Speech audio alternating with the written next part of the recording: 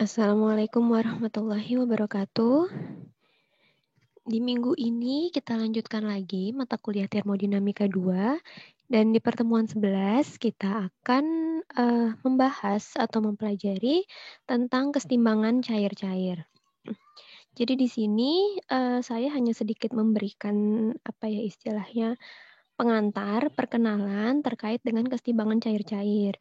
Jadi di sini memang tidak saya jelaskan secara mendalam, hanya saya sampaikan kurang lebih permukaannya aja supaya kalian tahu bagaimana prinsip dari kesetimbangan cair-cair tersebut. Untuk tujuan pembelajarannya, setelah menyelesaikan pertemuan ini, mahasiswa mampu memahami konsep dasar kesetimbangan cair-cair. Jadi kesetimbangan cair-cair itu biasa juga disebut dengan liquid-liquid equilibrium atau yang biasa disingkat dengan LLE. Jadi kalau misalnya di pertemuan yang lalu, di pertemuan sebelumnya, kita sudah belajar tentang vapor liquid equilibrium, itu kan VLE. Kemudian sekarang kita belajar tentang liquid-liquid equilibrium atau LLE. Jadi liquid-liquid equilibrium ini secara prinsip itu masih sama dengan VLE, di mana kan itu kalau misalnya VLE itu ada suatu campuran yang terdiri dari uap dan cairan, mereka ada dalam kesetimbangan, ya kan? Nah, untuk liquid-liquid equilibrium ini berarti ini adalah campuran antara dua senyawa cairan yang berbeda dan mereka berada dalam kesetimbangan. Jadi sedikit mengingatkan lagi bahwa suatu proses dikatakan setimbang itu apabila secara makroskopis itu tidak ada lagi perubahan pada properties si sistem tersebut. Itu. Jadi baik itu konsentrasi, temperatur, komposisi, itu dalam kondisi setimbang pasti besarnya sama. Dan tidak ada perubahan lagi seiring dengan berjalannya waktu.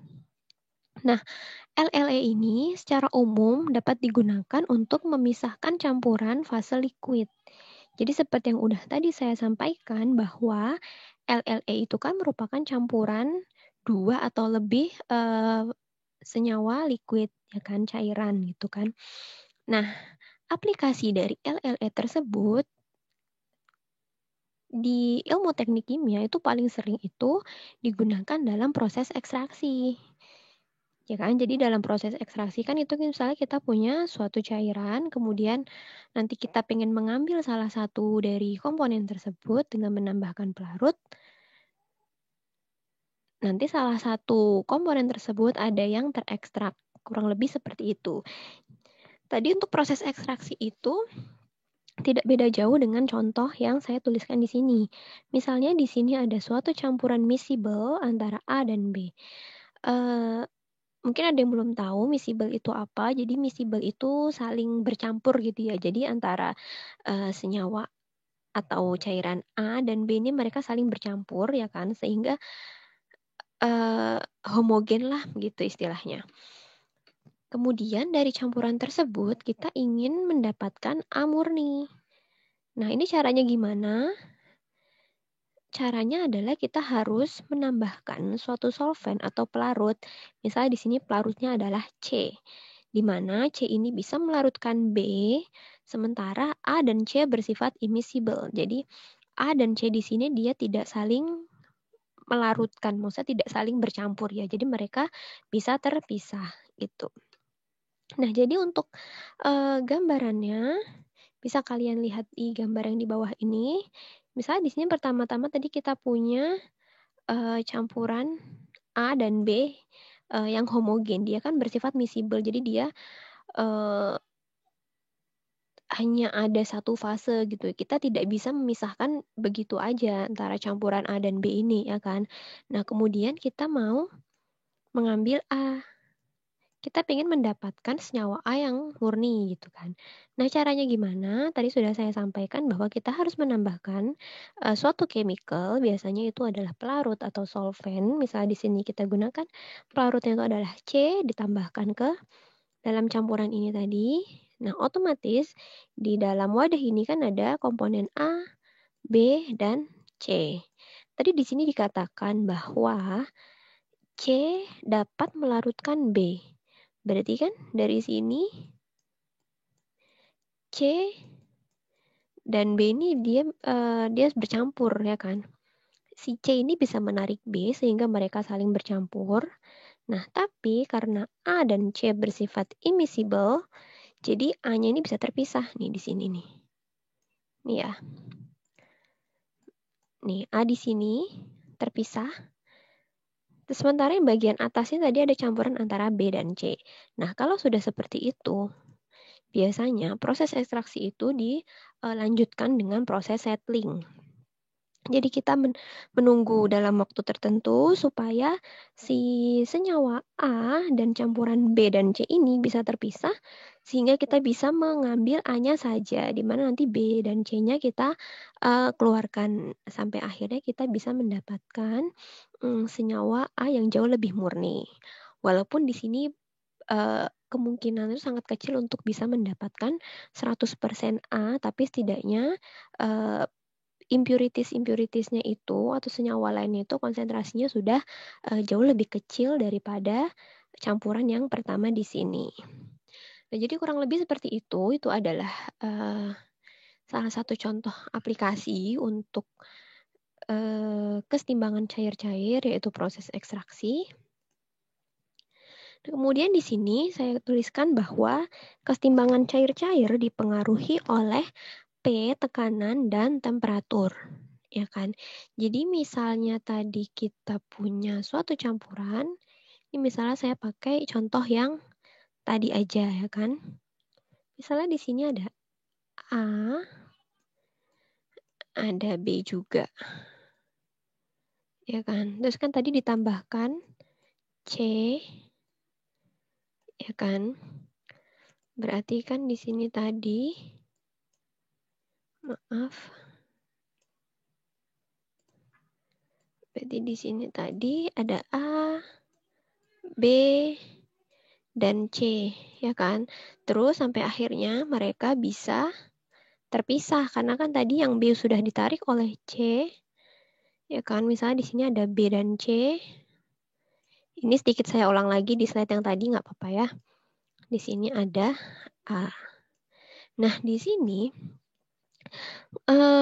kalau misalnya kita berbicara tentang proses ekstraksi, pasti ada yang namanya solut,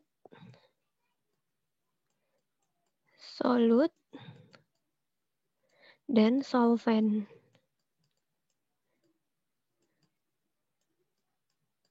Nah, solut ini adalah zat yang terlarut, sementara solvent ini adalah zat pelarutnya gitu ya. Jadi misalnya di sini ada solut, misalnya di sini solutnya itu adalah atau zat yang terlarut itu adalah B ya.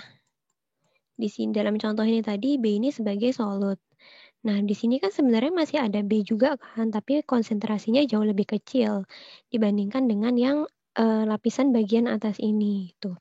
Jadi sebenarnya baik di lapisan yang atas maupun lapisan yang bawah ini ada masih terkandung senyawa B meskipun yang di bawah ini konsentrasinya hanya sedikit, hanya kecil gitu. Nah, nanti banyaknya solut atau banyaknya senyawa B yang terdapat di sini dan juga ada di sini, nah itu dipengaruhi oleh P dan T, tekanan dan temperatur gitu ya. Jadi P dan T di sini berpengaruh dalam menentukan keberhasilan atau menentukan konsentrasi atau komposisi juga bisa dalam suatu campuran cair-cair begitu. Kemudian ketika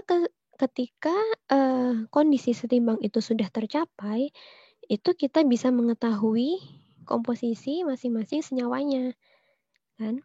Nah, untuk data kesetimbangan tersebut itu bisa kita perkirakan dengan ilmu termodinamika. Misalnya bisa kita gunakan activity coefficient, NRTL dan sebagainya. Gitu. Jadi kurang lebih itu gambaran tentang kesetimbangan cair-cair. Mudah-mudahan sejauh ini sudah cukup paham. Kita lanjutkan ke slide yang berikutnya. Tadi di slide yang sebelumnya saya katakan bahwa data kesetimbangan itu bisa kita ramal atau bisa kita perkirakan dengan ilmu termodinamika. Jadi gimana sih termodinamika untuk liquid-liquid equilibrium itu sendiri? Nah, jadi pada dasarnya sama ya antara LLE dan VLE. Maksudnya sama di sini itu adalah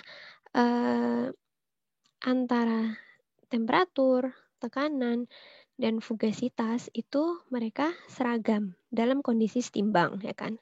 Mereka sama-sama konstan ketika tercapai kondisi kesetimbangan, gitu kan? Nah, kemudian sekarang kita misalnya punya fase liquid. Fase liquidnya itu adalah alfa dan beta. Jadi ada dua fase liquid yaitu fase alfa dan fase beta.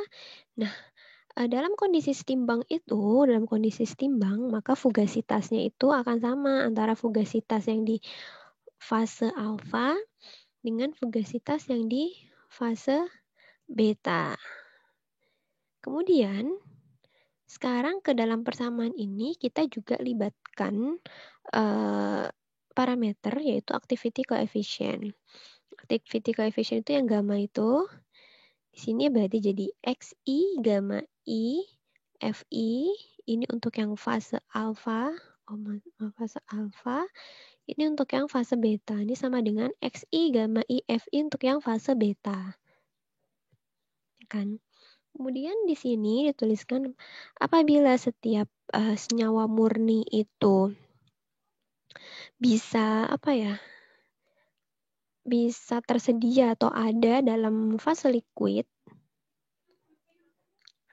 Nah, itu maka antara fugasitas yang fase A dan fugasitas fase beta itu besarnya sama, bisa kita tuliskan sebagai Fi, gitu kan. Jadi kalau misalnya ini maksudnya kalau terjadi satu fase gitu ya, hanya ada satu fase kan mereka besarnya sama, bisa kita katakan itu Fi. Jadi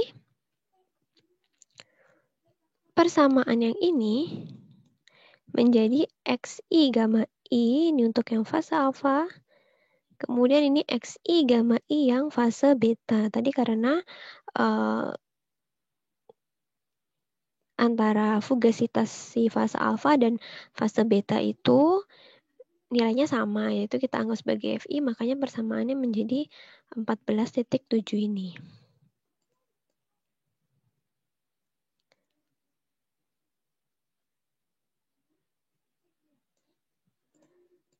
Berikutnya.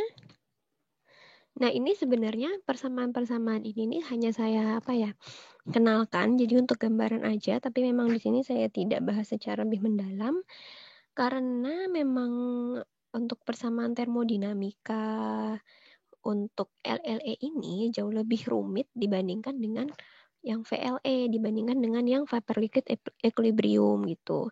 Jadi memang tidak sesederhana VLE, makanya di sini hanya saya berikan gambarannya aja, jadi nggak terlalu dalam. Ini saya berikan persamaan-persamaan yang awal, persamaan-persamaan yang umum aja gitu. Kemudian di sini tadi ini ada persamaan yang tadi XI gamma I sama dengan XI gamma I ini fase A dan fase alfa dan fase beta.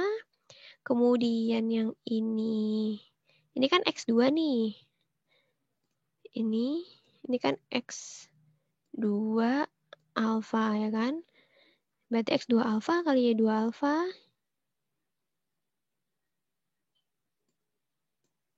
Ini juga X2 alfa. Ya kan? Oh, X2 beta, maaf. Ini X2 beta ya. X2 ini untuk yang fase beta. Kemudian, nah nanti kan kita punya persamaan persamaan yang ini. Sebenarnya yang persamaan umum itu yang persamaan ini tadi ya, yang kayak persamaan sebelumnya. Coba kita lihat.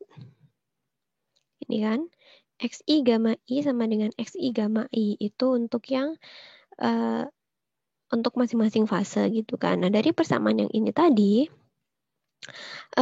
di sini dituliskan bahwa lebih disukai menuliskan persamaan ini dalam bentuk ln.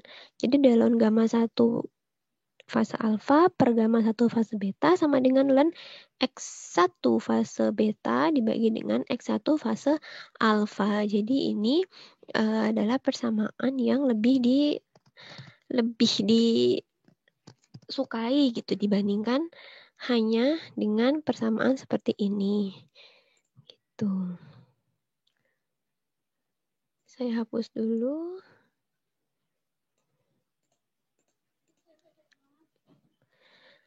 Nah, kemudian tadi kan saya sudah sampaikan bahwa kesetimbangan itu kesetimbangan cair-cair dipengaruhi oleh tekanan dan temperatur.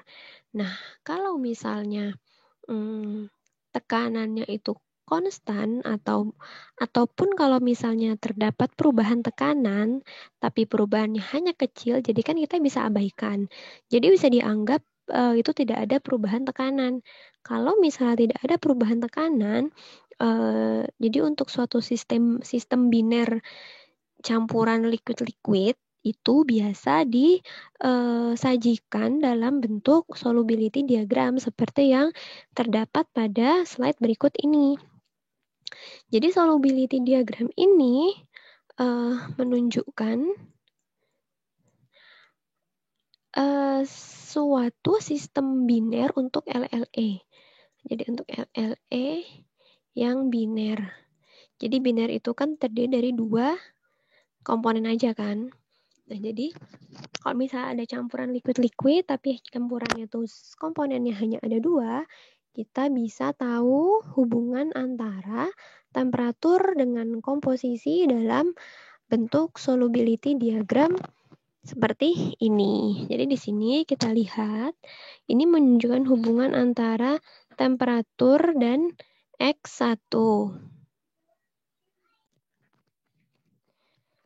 Nah, kan tadi saya sudah katakan bahwa diagram ini menunjukkan hubungan antara temperatur dan X1. Jadi, ketika kalian misalnya ada suatu campuran liquid-liquid, campuran biner gitu ya, misalnya temperaturnya tetap pada 1 atm gitu misalnya. Nanti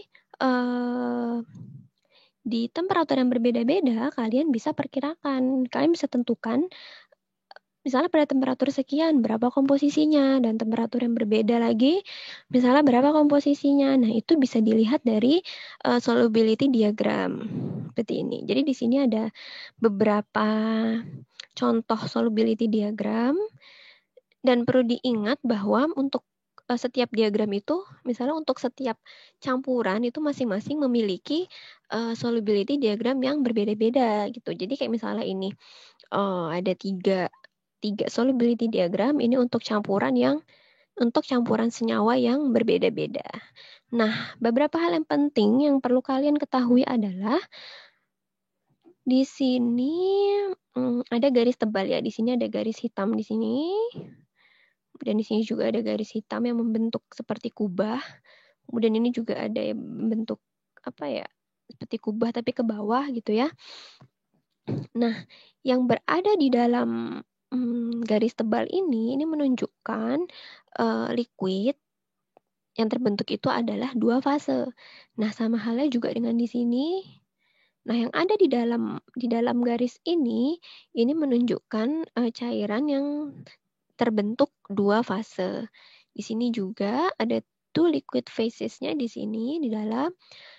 Nah, sementara untuk yang bagian luarnya, bagian luar di sini, kemudian di sini. Nah, di sini ini adalah 1 fase. 1 fase gitu. Jadi mereka tetap ada 2 cairan, 2 komponen cairan, tapi mereka membentuk 1 fase gitu. Sementara kalau yang di dalam ini mereka terpisah, ada 2 fase cairan yang berbeda gitu. Kemudian hal penting lainnya itu adalah,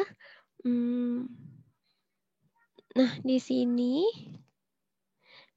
kalian perhatikan, di sini kan ada X1 alfa dan di sini ada X1 beta. Tadi kan udah saya sampaikan bahwa alfa dan beta itu merupakan fase. Jadi ada fase pertama dan fase kedua. Nah, kalau misalnya kita punya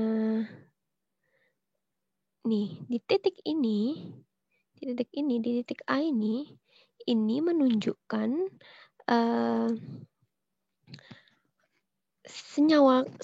komponen 1 ada di dalam fase alfa. Begitu juga untuk ini, komponen 1 ada di dalam fase beta gitu. Di sini juga kalian bisa lihat ya kan, di sini fase alfa. Jadi ini misalnya digunakan apabila kalian ingin mencari komposisi suatu campuran yang terdiri dari 2 fase. Jadi kalian tarik garisnya ke sini. Ini ada komposisi di fase alfa dan di sebelah kanannya ada komposisi komponen 1 di fase beta. Ini untuk gambar yang B dan gambar C-nya sama. Kurang lebih itu sih beberapa hal yang penting terkait dengan solubility diagram ini. Kemudian nanti di slide berikutnya saya akan tunjukkan lagi untuk yang campuran 3 komponen. Kalau ini kan untuk campuran 2 komponen ya, tadi kan sistemnya biner, LLE yang biner.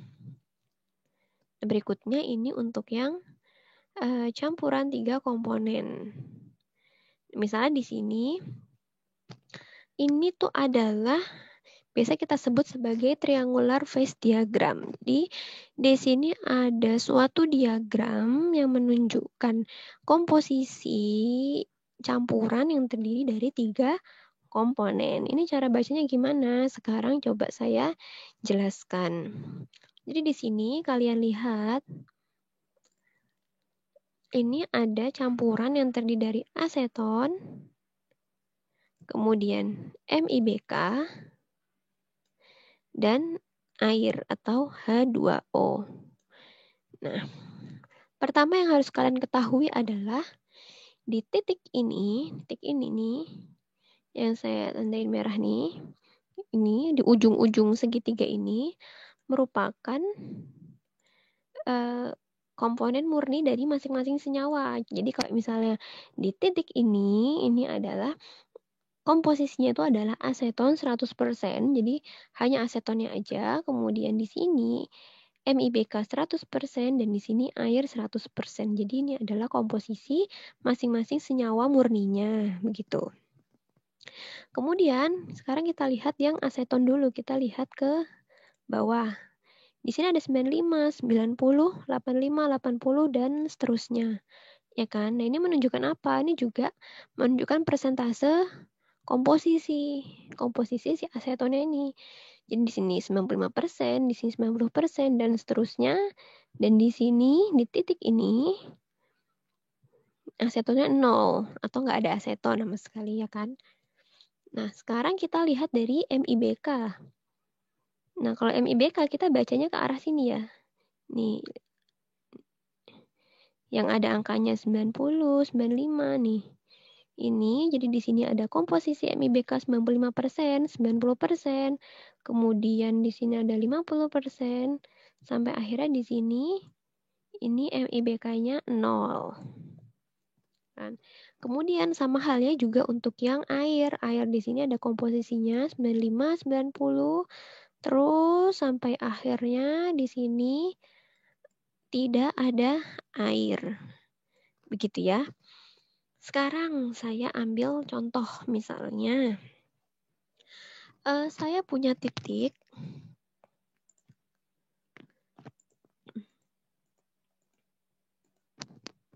Misalnya saya punya titik ini ya, di sini ada titik K. Kita pengen tahu di titik ini komposisinya berapa sih? Sekarang kita pengen lihat dari aseton dulu. Tadi kan aseton itu kan, mungkin ini aseton saya tandai dengan merah kali ya. Nih, aseton kan tadi kan yang ini kan. Yang ke bawah ini kan pembacaan komposisinya. Nah, di sini ini pas berapa? 65 kan? 65 berarti K ini terdiri dari 65% aseton,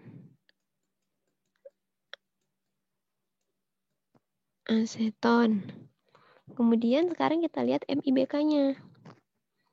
Kan? MIBK-nya kan kita tarik dari sini nih. Berapa komposisi MIBK-nya? Nah, titik K, kalau misalnya kita tarik ke sini, nah berarti kan dapat nih. Ya kan? 20. Berarti untuk campuran K di sini itu terdiri dari 20% MIBK. Sekarang untuk air, berapa persen airnya? Nih kan air tuh bacanya begini ya. Gini lurus. Nah, terus K ini kan ada di garis ini. Ternyata 15%. 15% air. Ya kan? Begitu. Jadi kalau misalnya kalian bingung, ini nih saya bawa garisnya, misal dari titik K ini, bawa garis lurus untuk komposisi MIBK, kemudian untuk komposisi, maaf nggak lurus ternyata. Untuk komposisi airnya, kalian tarik si titik K-nya ini menuju ke sini, dapat 15%. Jadi gitu ya, cara membaca komposisinya. Nah, seperti yang sudah tadi saya katakan, kalau tadi di solubility diagram itu kan saya udah katakan bahwa daerah yang berada di dalam garis yang tebal tadi itu kan merupakan dua fase liquidnya kan. Nah, jadi di sini nih kalau kalian perhatikan, di sini juga ada garis tebalnya nih yang warna hitam ini. Garis hitam tebal di sini, ini yang memisahkan antara campuran yang satu fase dengan dua fase. Jadi untuk yang di area yang atas ini adalah satu fase.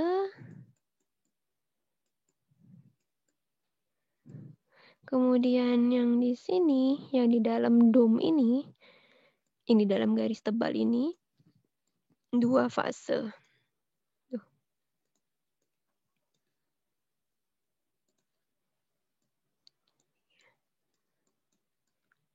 Dua fase.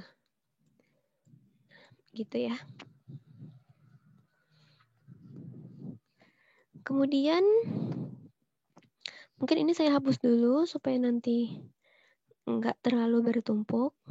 Sekarang saya mau menjelaskan untuk yang campuran yang berada dalam dua fase. Tadi kan di sini ada satu fase kan? Nah, ini udah saya bersihkan. Sekarang untuk campuran yang dua fase misalnya. Di sini ada titik M nih ya. Titik M di sini. Ya, sekarang kita mau menentukan komposisinya. Jadi dalam campuran ini kita bisa baca atau saya langsung ini aja ya. Tunjukkan bagaimana cara menentukan komposisinya di masing-masing fase ya kan. Jadi untuk yang titik M ini misalnya kita ada campuran yang posisinya di sini di titik M. Nah, kalian perhatikan di sini ada garis-garis melintang. Ya kan, yang ini nih, ini dari ujung sampai ujung dome-nya ini. Nah, itu adalah tie line. Jadi dengan tie line ini kita bisa menentukan komposisi masing-masing senyawa di setiap fase. Kan? Nah, jadi untuk yang titik M ini Kan tie line-nya yang ini nih. N atau warnanya beda mungkin ya.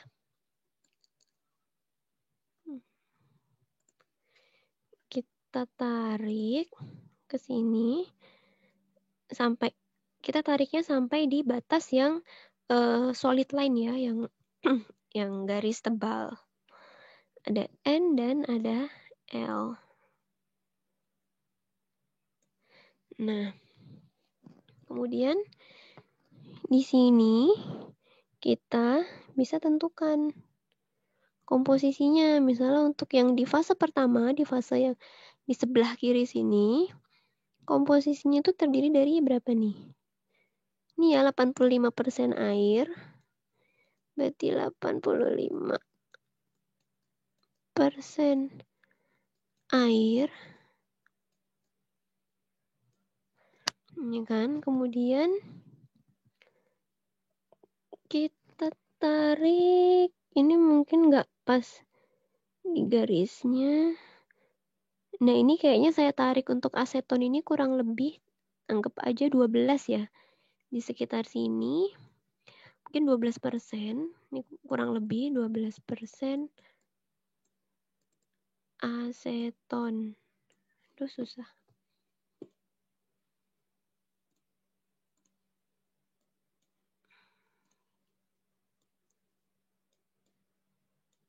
Aseton ya, terus AC. Kemudian untuk yang MIBK-nya, kita lihat dia di mana ini. Kalau misalnya kita tarik MIBK-nya ke sini, untuk garis yang ini, tarik ke atas, ini sekitar, mungkin di sini, sekitar di sini ya, 3% lah kurang lebih. 3% MIBK. BK. Nah, ini untuk fase yang pertama nih, di fase yang pertama, ini adalah komposisinya, kemudian sekarang di fase yang kedua. Tadi kan fase yang kedua, di sini kita tarik itu ada di titik N. Sekarang kita mau coba baca. Ini udah jelas-jelas ada di 75% apa ini? MIBK ya. 75%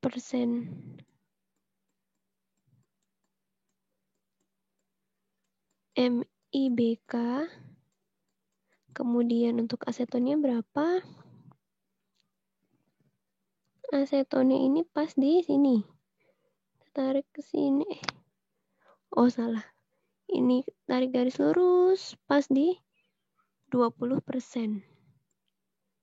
20% aseton AC. Kemudian untuk airnya. Untuk airnya di sini kita bisa tarik sampai sini. Nah, 5% ya. 5% air. Nah, jadi ini adalah komposisi masing-masing senyawa di fase yang kedua. Jadi kurang lebih caranya seperti itu. Kalau misalnya ada yang masih belum dipahami atau ada yang masih membingungkan, silahkan ditanyakan dalam forum diskusi. Nah, jadi materi tadi yang saya sampaikan ini memang hanya sekedar memberikan perkenalan, sedikit perkenalan pengantar tentang kesetimbangan cair-cair, nanti di mana untuk materi yang lebih dalamnya lagi, khususnya terkait dengan proses ekstraksi, mungkin itu akan ditemukan di mata kuliah yang lain. Jadi untuk termodinamika terkait dengan kesetimbangan cair-cair, nggak perlu terlalu banyak yang saya sampaikan. Ini untuk pengantar saja supaya nanti kalau misalnya ada kuliah OTK gitu misalnya, kalian sudah cukup mengenal konsep dasar atau prinsip dasar dari kesetimbangan cair-cair. Jadi itu saja materinya untuk pertemuan ke-11 kali ini. Mudah-mudahan apa yang saya sampaikan bisa dipahami. Silakan bertanya kalau misalnya ada yang belum dipahami atau yang masih membingungkan, silakan ditanya. Itu saja dari saya tutup. Wassalamualaikum warahmatullahi wabarakatuh.